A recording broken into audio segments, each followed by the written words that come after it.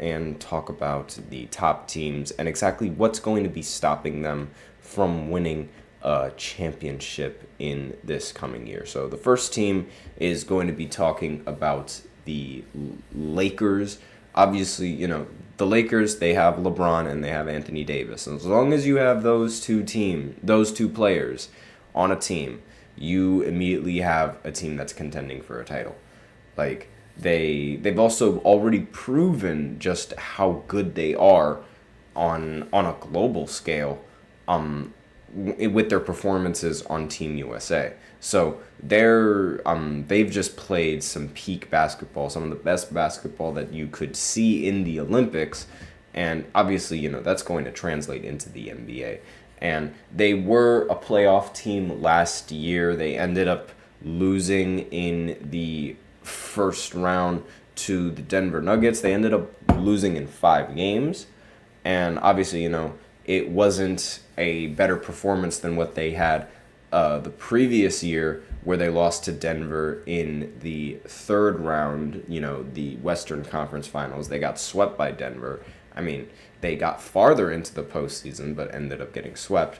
But aside from that, they're the big thing that's stopping the Lakers really are the rest of the role players and just how inconsistent they are compared to LeBron and Anthony Davis. Like, LeBron and AD really outshine everybody on the entire Lakers roster. And they weren't really that good last season. Again, they were lucky that they even were in the postseason.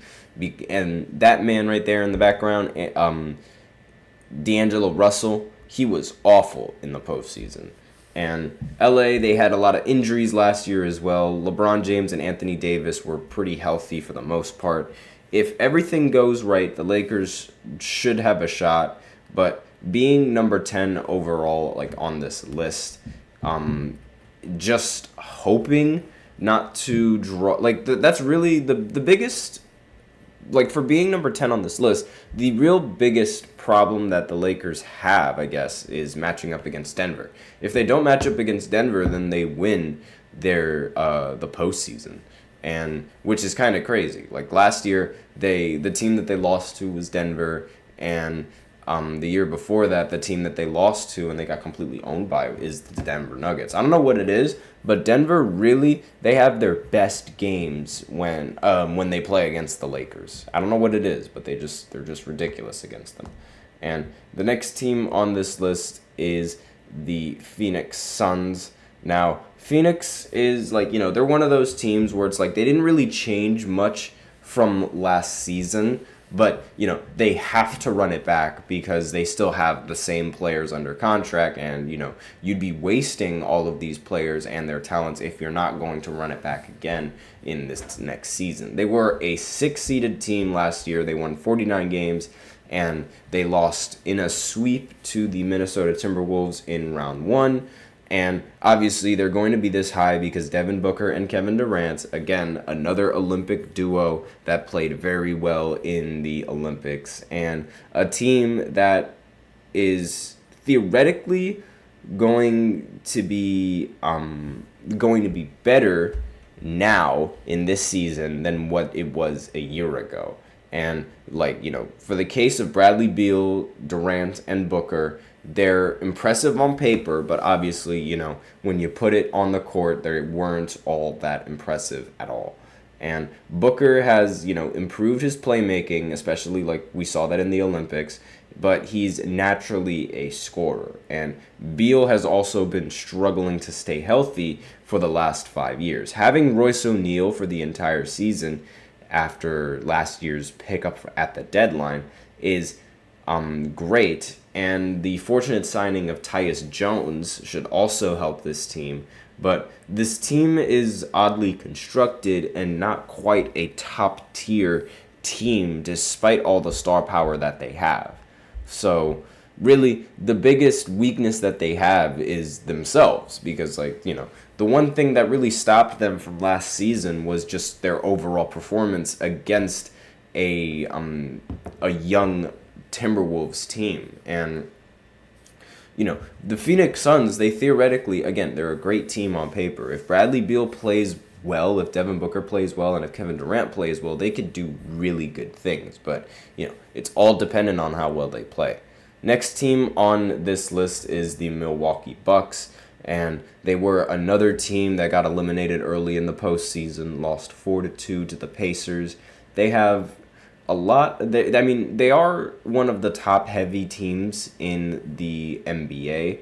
And they are one of the teams that have a dynamic duo in the star power, like similar to the Lakers, the Suns, and now the Bucks. They have Giannis and Dame, and they're pretty good together as a duo. Now, the biggest thing that's really stopping them is just staying healthy, in my opinion, at the same time, because it's that's the biggest thing that stopped them from last season, just being unable to stay healthy. And even being able to land solid players on minimum contracts like Gary Trent Jr., Taurean Prince, and Delon Wright, the Bucks have the depth, and Giannis is good enough to keep pace with the rest of the Eastern Conference throughout most of the regular season, and Damian Lillard is still the same elite scorer that he is. But injuries have diminished Chris Middleton's game, so that means, Giannis and Dame, they're going to have to provide a lot more on the offensive side. Drew Holiday isn't as explosive as Dame, and the Bucks might miss the defense coming in from Damian Lillard compared to the defense that they had with Drew Holiday, which is one of the biggest reasons why the Celtics were so good as a team. But, really, the biggest problem is staying healthy when it matters most. If they can overcome that, then I think they have what it takes to be able to beat every single team. And Giannis in an elimination game is scary. Next team is the Minnesota Timberwolves. Obviously, they're going to be one of the more dangerous teams going into the future. They just lost in the Western Conference Finals last year, 4-1 in the postseason. They won 56 games in the Western Conference, and you could argue that the Timberwolves might be a little bit underrated going on this list. Now, Minnesota says that the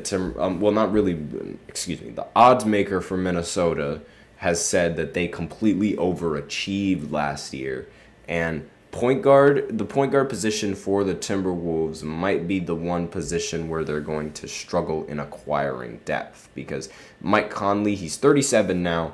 Rob Dillingham, he was the number 8 pick in the draft. He's going to have to develop rather quickly, but he's only 19 years old. Karl Anthony Towns has also struggled to not only stay healthy, but actually play well in the postseason, which has seemed like it's a very common trend of his to just be unable to play in the postseason, which is not something that you want from your second option. But Minnesota is a very good team. They should be a playoff team, but Rudy Gobert led teams tend to be vulnerable in the postseason due to his lack of offense, especially if opponents can draw him away from the basket, where he becomes an even worse defender. And I don't know how that's even possible. Now, next team on this list is the team that beat the Timberwolves, who that ended up making the finals, losing to the Boston Celtics. However, the Dallas Mavericks, they lost 4-1 in the finals to the Boston Celtics. They have the backcourt duo of Kyrie Irving and Luka Doncic, and really that's all you need to be a contending team, just having those two. And really, the big thing that's stopping them is not only just really themselves. This is an offense where you sort of need to play well offensively if you're either one of these two. And if you don't play well offensively, your team's not going to perform. And if your team doesn't perform, then you're not going to win. And Dallas, they let Derrick Jones go in free agency. However, they did choose to bring in Klay Thompson, which could prove to be rather useful. He's not the same defender that he was in the championship days on Golden State because of the leg injuries, but he still could prove to be a very decent and a very reliable shooter for the team. So really, again, the biggest threat to this team is the 3-point line, and if they can shoot enough threes and if they can hit enough threes. Next team on this list is the New York Knicks with Jalen Brunson, who just had one of the best seasons in recent New York Knicks history. They ended up losing in the second round of the postseason, however, in 7 games to the Indiana Pacers, mainly because of the injuries getting to a majority of their players. And they were just 1 game away from making it to the Eastern Conference Finals. And they added Mikal Bridges to the team, who has a lot of chemistry with a majority of the players from Villanova. And the Knicks, they look like they are destined for a strong season, but Thibodeau and his rotations, they're like really, really bad, and they may have been what had led to the Knicks getting injured so quickly in the postseason because of how often he plays a majority of his players. And like really the question is going to be how many minutes can he burn from these players. And historically he doesn't really seem to help. Like as great of a coach as he is, he tends to grind out his players a lot, and he tends to play them for a hefty amount of minutes when he doesn't really need them to, and that that's going to cause injuries, and that's really the big reason why the Knicks weren't healthy to face the Pacers in the postseason. So if they're able to stay healthy, then they're deadly, but if they're unable to stay healthy, then that's a completely different story. Next team is the 76ers. They instantly become a favorite, despite the fact that they lost to the Knicks in the first round. They have instantly become a favorite, mainly because of the acquisition of Paul George. And, having a big three of Tyrese Maxey, Joel Embiid, and Paul George is one of the biggest names and scorers in this year's free agency market. Paul George, that was a big name in the free agency market, and the fact that the 76ers were able to land him, it's even bigger. So now you have Joel Embiid and Tyrese Maxey, and with the Sixers, George has been a part of multiple teams, and he hasn't really been able to get it done at the highest level over a pretty lengthy career and